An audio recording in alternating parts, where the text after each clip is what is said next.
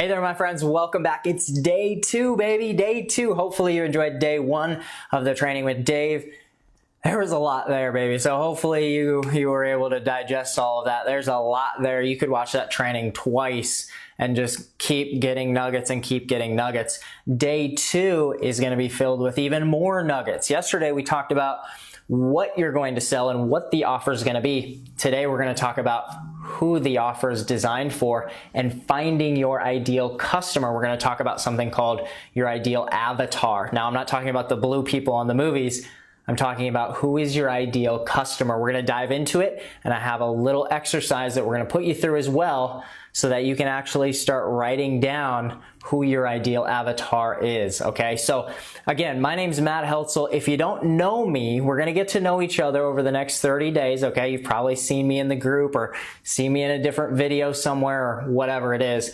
But I got started selling things online on eBay way back in the day. This is 15 years ago when I was in high school. And I just went down to my attic and started selling all the crap that was in our boxes down in the attic.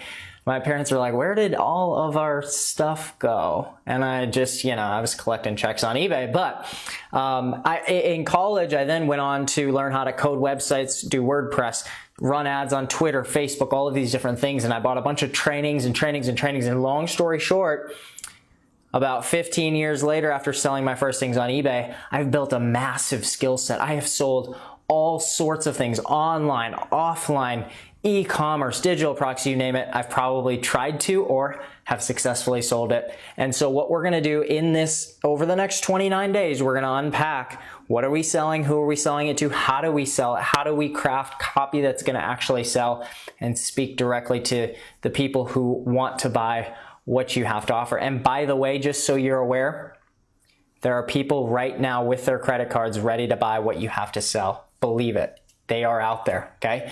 So what we're going to do now is we're going to switch over to the screen. I'm going to bring you, my computer is sitting right next to me, okay? I'm shooting this in my home office here in Phoenix, Arizona. My computer's right here. We're going to jump right over into my screen right now and get into day 2.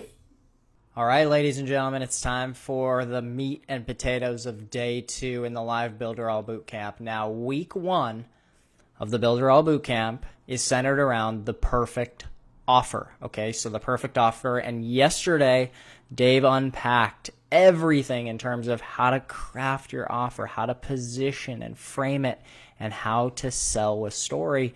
And today, what we're going to talk about is we're going to talk about who's going to buy, right? So yesterday was kind of the what, and today, if you're taking notes, is going to be on the who, okay? So let's just dive right into this thing. So rule number 1, when you're deciding who's going to buy and who you're going to try to offer this to, when you've clarified your offer, never try to convince people to purchase something they don't need.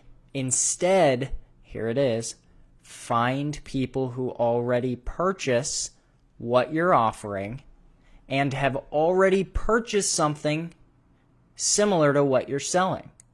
Okay? So rather than trying to find a new crowd and convince them to think a different way or to adopt some sort of new philosophy, instead, just find people who already purchase what you're offering and have purchased something similar to what you're already selling. This is called your customer avatar or your ideal avatar. Okay, I mentioned it earlier, and I'm not talking about blue people in the movie, okay? This is called your ideal customer, your customer avatar. The goal of day 2 is to help you narrow who you're going to sell to. So we want to narrow this down into the exact psychographic, the exact person who you're going to sell to, and that's how you craft an irresistible offer, okay? So why is it so important that you narrow your focus to a singular ideal avatar? Well, let me tell you. Number 1, this person, this ideal avatar, is going to require the least amount of effort to sell. And this simply just means, guys, you're going to spend less freaking time closing sales and trying to convince and manipulate and on and on and on, right? That is a nightmare and a disaster that none of us enjoy, okay? They are far more excited and happy to purchase what it is that you're offering, and and there is far less complaining, moaning, refunds, etc. That all sounds pretty good, right? Well, why is that? Because if you offer a product to somebody who's already pulling their credit card out of their pocket, guess what? They're ready to buy. That means they already understand the value inherently in the product. They are already looking for what's the best possible product I can purchase to solve my problem, right? Your life becomes easier, happier, less stressful, and people actually respond to what you have to offer them. So what this practically means for you is there is less persuasion. Okay, write this down. There's less persuasion. It takes the least amount of time. And guess what it's the most of? Money. There is less persuasion and convincing and, oh my God, please buy my thing, right? It takes the least amount of your time, but it produces the most amount of money. This is very contrary to how most people think about marketing, all right? So, rather than trying to sell your product or service to everyone living and breathing on planet Earth, you should only attempt to sell your product to the exact person who is primed and ready and already prepared to purchase what you're offering.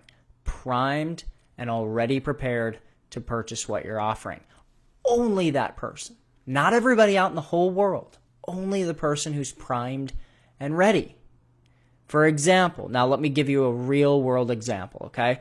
I am very into coffee. I love my coffee, okay?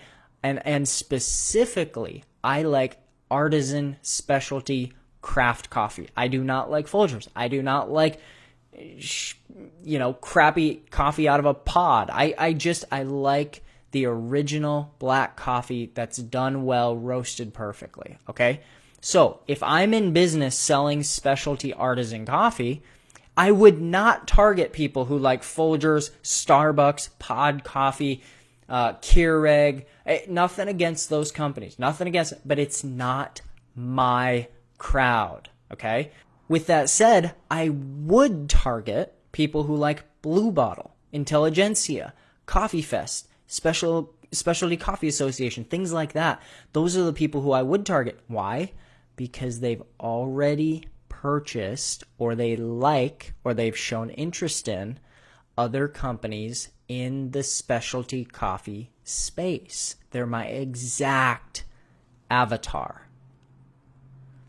It's all about narrowing and narrowing and narrowing and dialing in that ideal avatar down to a specific psychographic of a person, okay? So how in the heck do we do this, Matt? Matt, this is all fun and games. This all sounds cute, but how do I even go about that? So let's dive in. First, here's what I want you to do, and you can follow along in the PDF guide that's along with this. The first thing you do is list 5 things that you're excited, ideal, almost itching to buy avatars are clicking like on Facebook or follow on Instagram or subscribe on YouTube. What are 5 things, 5 channels, 5 groups, 5 pages, 5 Instagram accounts? Okay, list 5 things that your excited, ideal avatars are already doing. Okay, so we're going to list them out, give 5 examples, and let's just go back to this coffee example since we're here. So I'm going to stick in the coffee industry since I just gave the example, and what I'm going to do is I'm going to first look at main brands. If people like and are following and subscribing to Intelligentsia or Blue Bottle or Stumptown, guess what? They probably enjoy their product and probably are on board with their specialty craft artisanal mission as a company, producing the world's best coffee. All right, that's right in line with my goals. Now, I also know Roast Magazine is one of the premier subscriptions or magazines in the industry as well. If people are tuned in and dialed into Roast Magazine, chances are they are very, very into coffee. Okay, The Specialty Coffee Association. That is the main worldwide recognized association in terms of specialty coffee. Coffee Fest is an event platform that goes around the world holding these coffee events. Okay, it's one of the most famous in the world, and anybody who's anybody in the specialty coffee world knows about it. Okay, so guess what? If a bunch of people have liked Coffee Fest or followed them on Instagram, that's probably a really, really great audience who's already used to buying specialty coffee. Cold brew coffee, it's huge. Everybody loves it. It's a huge fad. So I would go with that. Now, many of you are playing in the freelance digital marketing game or the online internet marketing game. Okay, so and I've been very successful in that space and have coached hundreds upon hundreds of people in that space. So let's talk about that. So for instance, let's imagine that I am an affiliate for Builderall, and this whole boot camp is not just based around, well, how do I make money from Builderall? Okay, that is maybe an end result of you becoming a great marketer, but that's not the point of this boot camp. Okay. The point of this boot camp is to hone your skills as a marketer so that you can make more money on the internet, okay, through the power of the internet.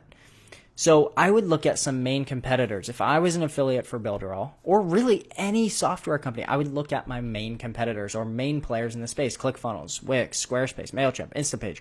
If people are liking and engaging and participating in groups of those people on Facebook, guess what? That's probably a good little excited avatar, right?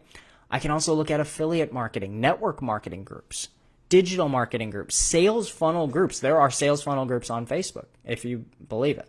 There are sales funnel groups on Facebook filled with people who are excited, love building funnels. They're enthused by funnels. They're enthused by tools that help you build funnels, okay? All right. So secondly, what I want you to do is to actually go through Facebook and begin searching for groups that your ideal avatar would spend time in, okay? So similar to, and this applies to Instagram as well, Instagram hashtags. Now, the analogy that I always use for this, and pay close attention to this, is fishing holes, okay? I know if that sounds weird, just stick with me, okay? Fishing holes. So, Minnesota, for instance, the state of Minnesota, the United States, they are the land of 10,000 lakes, okay? So imagine that these are all different lakes, okay, of ideal customers or clients, pools, marketing ponds that you can go fishing in, right? You can take your hook out and you can go fishing for sales, okay? Now, my drawing skills, if you're new to my drawing skills, just save the comments for another day. Maybe someday we'll meet in person and you can make fun of me there. Just save the mockery, okay? Now, inside of this, there's all sorts of different fish, right? So, for instance, remember I talked about coffee. Well, this might be the main brands, okay? This might be the main brands. And then over here we have more fish, and this might be the Specialty Coffee Association. Now, in the case of something like Builderall, maybe this is I want to fish in the sales funnel pond, people who like and are enthused with sales funnels. The point of this is that we're not getting into the whole placing ads thing, right? That's week 4. We're not actually ready to generate leads yet. The point of this is just to get ideas about what ponds we could fish in, about what ponds that we could throw our bait out into and see who's going to grab hold, right? See what kind of action we're getting, okay? Start getting eyeballs on the offer. So the goal here is to figure out what's going to be some prime fishing holes that we can throw our hook into and see who comes back hungry, okay? See who comes back hungry. All right. So what I want you to do is I want you to write down 3 potential fishing ponds in Facebook, all right? And let me give you a couple examples to spark your brain and get you going. But I want you to write down 3 potential fishing ponds in Facebook, all right? So for coffee, I can go towards, and I did some research, people who are in the coffee roasters group, 4.6 4,000 members. Okay, so 4,600 members. Now, it's a little bit of a small group, but that's okay. These people, if they're coffee roasters, trust me, they care about how their coffee tastes. They care about quality. People who follow latte art on Instagram, hashtag latte art, 7.3 million posts. Now, if you don't know how to find this stuff or look it up, right, let's empower yourself, right? You don't need to come running with a bunch of questions into the group. Rather than doing that, what I'd recommend is Google search. How do I find how many people are following a hashtag in Instagram? And you're going to see examples on YouTube, in Google in blog posts, etc. All right. So if you can't figure this out, remember our hashtag, figure it out. People who like Stumptown, Blue Bottle, these are the main competitors. So if I wanted to go in at some point someday down the road, we're not talking about generating leads. We're just talking about what fishing holes do we want to throw our line into. Okay. Well, if somebody has clicked like on Stumptown, right, they're world famous for their cold brew coffee, and it's really good cold brew coffee. Well, guess what? I can run ads to them on Facebook, to everybody who likes that page, likes that brand, okay?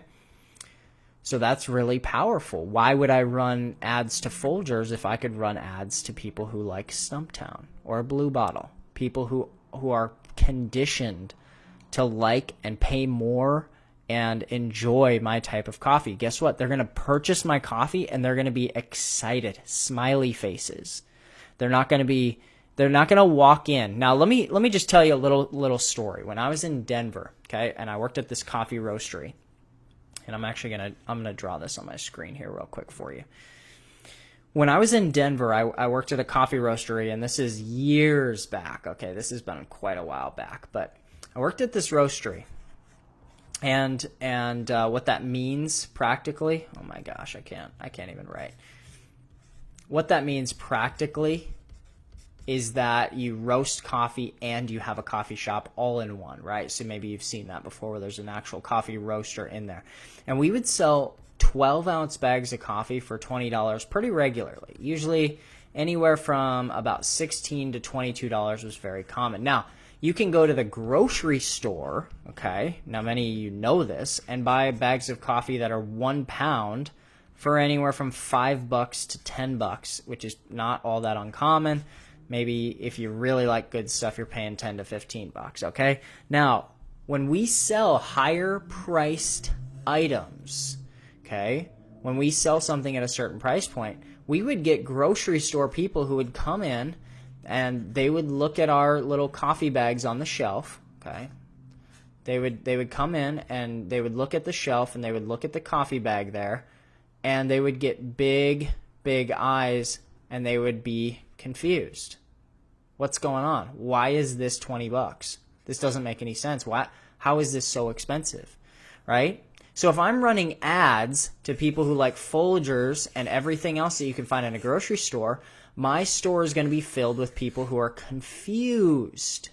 However, if I'm running it to people who are already conditioned to like roasteries and similar coffee companies to me who price things similarly or maybe even higher than me, guess what? People are going to come in. They're not even going to have a second thought. They're going to say, I'm looking for great coffee. I don't really care what it costs. Grab the bag. They're going to pay, and they're going to leave my shop with a smile on their face. Same thing is true on the internet. Same thing. So think through people who, whatever you're selling, think through people who are buying something at a similar cost or more maybe, but a similar cost that offers a similar service, or maybe people just aren't all that happy with it, right? I mean, the obvious one for me, like if I was just a crazy Builderall affiliate, okay, the obvious one for me is, man, I would just set up a great funnel. I would set up my own funnel that brands me, and I would run Facebook ads all day long to people who like ClickFunnels and Wix and all these other companies. I would run ads and say, you know, you're paying way too much for your sales funnel service. There's a better way, right? There's a better way. And then I would just take them through my own sales funnel and eventually just pass them on to my affiliate link. I mean, it's just not that complicated, guys, but I want you to start thinking through that and listing those out right now. Hopefully that analogy was helpful. Okay. So for you know, on Facebook for the internet marketing space, you could do the Internet Marketing Super Friends. It's a $23,000 member group. Affiliate marketing has 58,000. Network Marketing Pro has 1.6 million likes. Okay, so hopefully that's helpful. Hopefully that gives you some guidance on, well, where do I start looking and how do I really dial it in? The other piece to this, guys, is that you can also start thinking through age groups, right? If your offer, if what you're telling, if you're talking through your story, if that's more specific to a certain gender or certain age group, like sometimes I've coached people who have, you know, women empowering women. Well, okay, so now we're going to narrow it down to just specifically women, right? Or here's another good example, and I'll draw this one for you guys on the screen as well. I did some coaching and ran some ads for a lady named Kara. Okay, so Kara, this is an interesting story. In our targeting for Kara, she's very religious. She's a Christian. Okay, so she's very religious, and so we found a bunch of stuff that was around the Christian niche, and her whole offer is around eating healthy. So we targeted people with vegan and or gluten-free interests, and then we also said they must be moms of kids 8 or less. Why? Because she's a mom with kids who are 8 years old or less. And guess what? This ad campaign crushed on Facebook because she hit exactly her avatar with exactly what they liked. Okay? And she was selling some sort of, she was selling meal plan kits. Okay? So also think through those type of demographic options as well. All right. So here's what we're going to do. This is the assignment of the day. Comment below this video, in this post, on this video, with your 5 things that people are clicking like on or follow or subscribe, and your 3 potential phishing holes that people are already showing interest in and engaging in. So just say, I'm selling XYZ, and this is kind of my offer, and this is the product I'm selling. And here's 5 things that people are clicking like on, or they're subscribed to, or they're following this hashtag, and give your 3 potential phishing holes that people are already showing interest in and engaging in.